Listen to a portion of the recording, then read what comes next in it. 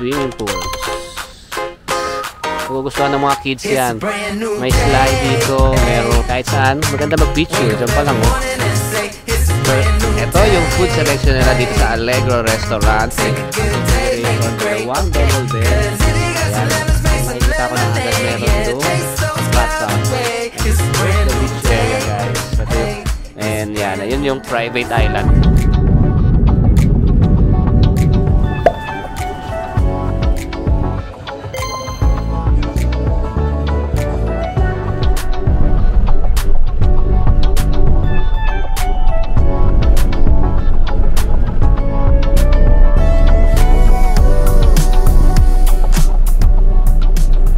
Welcome back to another vlog. It's me again, Bong. And here's the gang. Si Babe muna. Super dami namin ngayon guys. Andyan yung mga anak ko, mga tita ko, yung kapatid ko, and yung mga pinsan ko. Andito sila lahat ngayon. And we're back here sa Cebu. 4 days na tayo sa Cebu guys. Pero ngayon lang ako nag-vlog kasi private occasion yung pinunta natin dito. Birthday ng tita ko. Happy birthday Mama Berry. Dito tayo nag-book sa Blue Water Resorts, Maribago. And super ganda guys nung resort facilities. Super init guys, tanghalin tapat ngayon.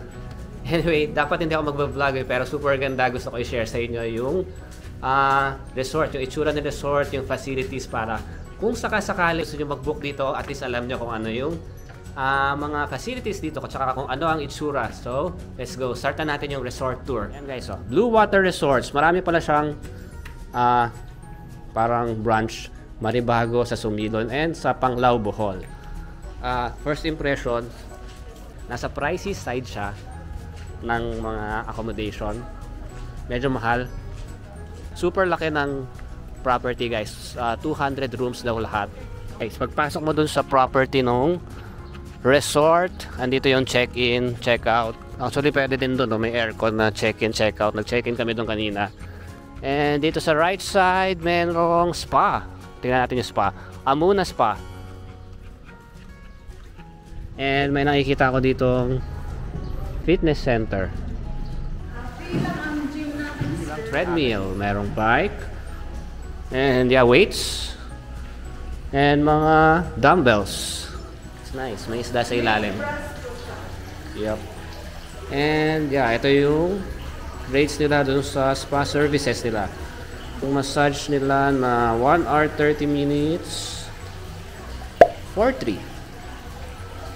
Yung mga hilot nila 3,900. And sa taas daw yung rooms nung spa nila. Thank you po. Salamat. Salamat po. Yeah. This is one of their swimming pools. Tatlo daw yung swimming pool dito sa property. And look ang ganda nung pwede mag-lounge doon. Pwede magpahinga. Yeah, so dito sa left side mayroong gift shop. Ayan, ang laki ng gift shop nila. Second pool na nakita natin, garden pool. Oh, may slide na. Look guys, kung gusto ng mga kids yan, may slide dito, merong anong tawag dyan? Hindi ko alam kung anong tawag dyan. But yeah, look, this is the garden pool. And safe din tayo, may naka station na lifeguard. And nakapalibot doon sa pool mga rooms pa rin. Nice. And this is the third pool guys. Ito medyo parang pambata halos lahat. Or hindi, ito lang siguro yung pambata, yung may harang. And ayun din, kiddie pool. And merong sign ng Blue Water Maribago, which is nice. Ito may lilim din dito. May shade doon. Yeah, ito. Merong mga buggy car para makapunta kayo sa mga rooms and doon sa mga ibang restaurants. Look, oh, tingnan nyo yung setup. Ang ganda. May upuan sa gitna. Malilim. Kahit saan. Maganda mag-picture. Diyan pa lang, oh. Ayun yung restaurant, Allegro. Mukhang malinis din yung CR and maganda. Yep. This is the restaurant. Ayun. Okay guys, dito tayo magla-lunch sa may Allegro Restaurant sa may Blue Water, Maribago, Cebu. And yeah, nag-ano tayo, buffet lunch. Yung lunch nila na buffet, around 1,450. Pagka 5 years old to 11 years old, half the price.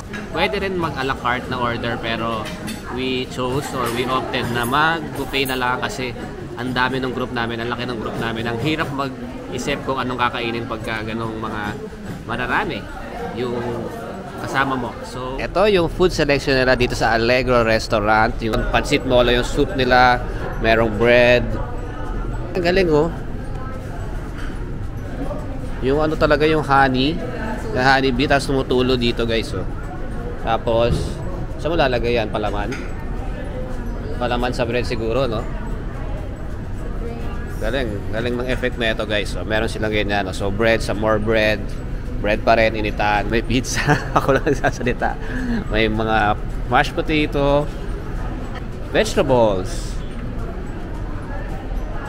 Ito, barbecue pork and beans. Cheesy ground beef. Chorizo fried rice. Mukhang masarap. Kukuha ako nyan. Sweet and sour pork. Ito, kukuha din ako nyan mamaya. Prawn noodles. Seafood Bicol Express. Mukhang masarap to. No? Si babe natitikim nyan mamaya. And chicken pa rin. Lechon manok. Ano to? Igado. Sarap tong igado. Beef caldereta. And this is the pasta station. Chicken inasal. And ito yung seafood station nila.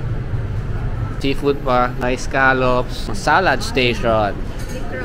Ayan. Nandito yung fruit station. Kuha si babe ng papaya. And dessert. Ayan yung mga dessert. Naming dessert guys. Meron din silang ice cream dito guys. Vanilla ice cream. Okay guys. This is our food for lunch. Chicken. Dalawang klase ng chicken. Inasal chicken. Ito roasted chicken. Sweet and sour pork. Ano bang rice to? Parang fried rice. Beef caldereta at saka pork. And we have molo soup. Taste the soup. Yummy. Sarap ng molo soup. Let's taste the sweet and sour pork. Say hi to the vlog. Food review.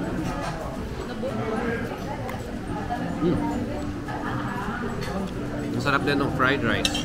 Yummy. Let's taste the caldereta.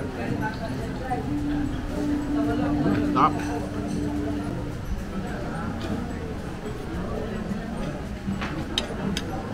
Masarap din yung inasal nila na chicken. Yummy.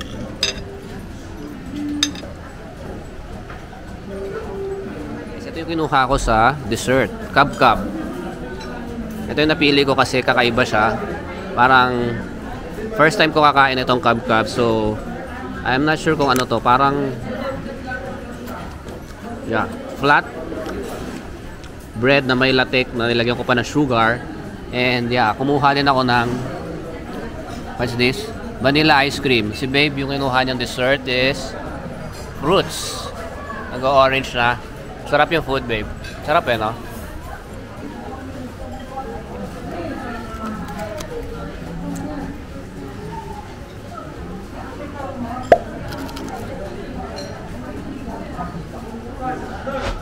Eh dito malapit yung mga room natin na malapit sa may beach area. Yun yung beach area na natanong ko na.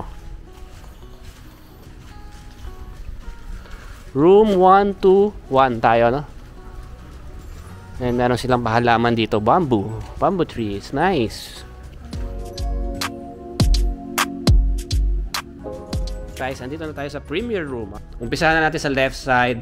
Meron dito upuan na may patungan ng paa. And merong lamp doon. Ang configuration, dalawang double bed. Ayan, merong mga unan. 1, 2, 3, 4. So, 4 for 4 packs. Ipopost ko na lang yung presyo dito mamaya. And ayan yung bed. May aircon. Ayan, nakabukas na. Nasisilip nyo na yung CR. And nakikita ko na kagad meron dong bathtub. And dito sa right side, ito, merong patungan ng luggage. Painting about the sea. Merong seahorse, may turtle. Laba nung table niya guys. Merong upuan. Ayan, may mirror. May trash bin dito. And merong TV. Meron din water. Less plastic or wala silang plastic dito, which is nice. Merong coffee. Ito na yung CR guys. Meron ditong closet, merong lagayan ng mga used towels. Meron din silang sleepers dito. Safety deposit box guys dito. And ito yung lagayan ng closet. Open closet siya. And dito meron din full body mirror. Dito tayo sa shower area. Looks nice, super elegant.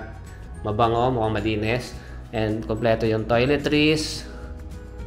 May shower, may hot shower, may rainfall shower. Meron silang pa-bathtub dito guys. So nice, and meron provided na towels. And dito sa left side, dito yung toilet. Looks clean, mabango guys. Walang kaamoy-amoy na mabaho. Meron na naman dito ang malaking mirror, and yeah, ang lakas ng water pressure. Super nice nung room guys. And yeah, ito yung presyo niya. Kung gusto nyo i-book yung room na to guys, and use my Klook code, Bong Adventures Klook. Pasensya na kayo, medyo mahaba. But ayun na yung bagong Klook code natin. So you can book this hotel dito sa Klook using our new codes. So, para magkaroon kayo ng additional discount guys. And guys, nandito na tayo sa beach area. Super nice na nakikita ko guys. Papakita ko sa inyo right now.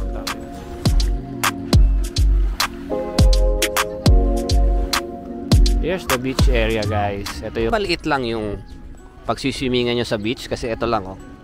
Ito lang guys. Magmula doon papunta doon. Gandun lang. Hindi ko lang alam kung meron pa doon. Mukhang wala na. Pero mukhang ito lang talaga yung beach area. And baka restaurant yon. Dito mukhang pwede rin kumain dito sa gabi siguro. Baka merong mga setup ng kainan dito sa gilid. And ito yung lounge area sa beach. Dito merong mga beach chair na merong hot. Nice. Ang pala isipan dyan, paano makakapunta dun sa private island? Tanong natin. Guys, try na natin yung beach dito sa may blue water. Aray ko. Medyo may corals. Hindi masyado clear yung tubig pero maganda yung temperature. Ang dami nagsiswimming. And yan, yun yung private island. Ang sabi daw pala, yung private island, mayroong parang balsa pagka weekends na tumatawid papunta doon sa private island doon sa kabilang side. Pero pag weekdays yata, wala daw, hindi available. Pero pagka low tide, pwede mo naman daw, anong tawag doon? Langoyin. Allowed naman daw lumangoy papunta doon. Ayun o, yung private island doon. Kasama kami mga bata. Doon kami nag-swimming sa may swimming pool na may slide ng mga 3 hours kami nag-swimming doon guys. Super saya yung mga bata.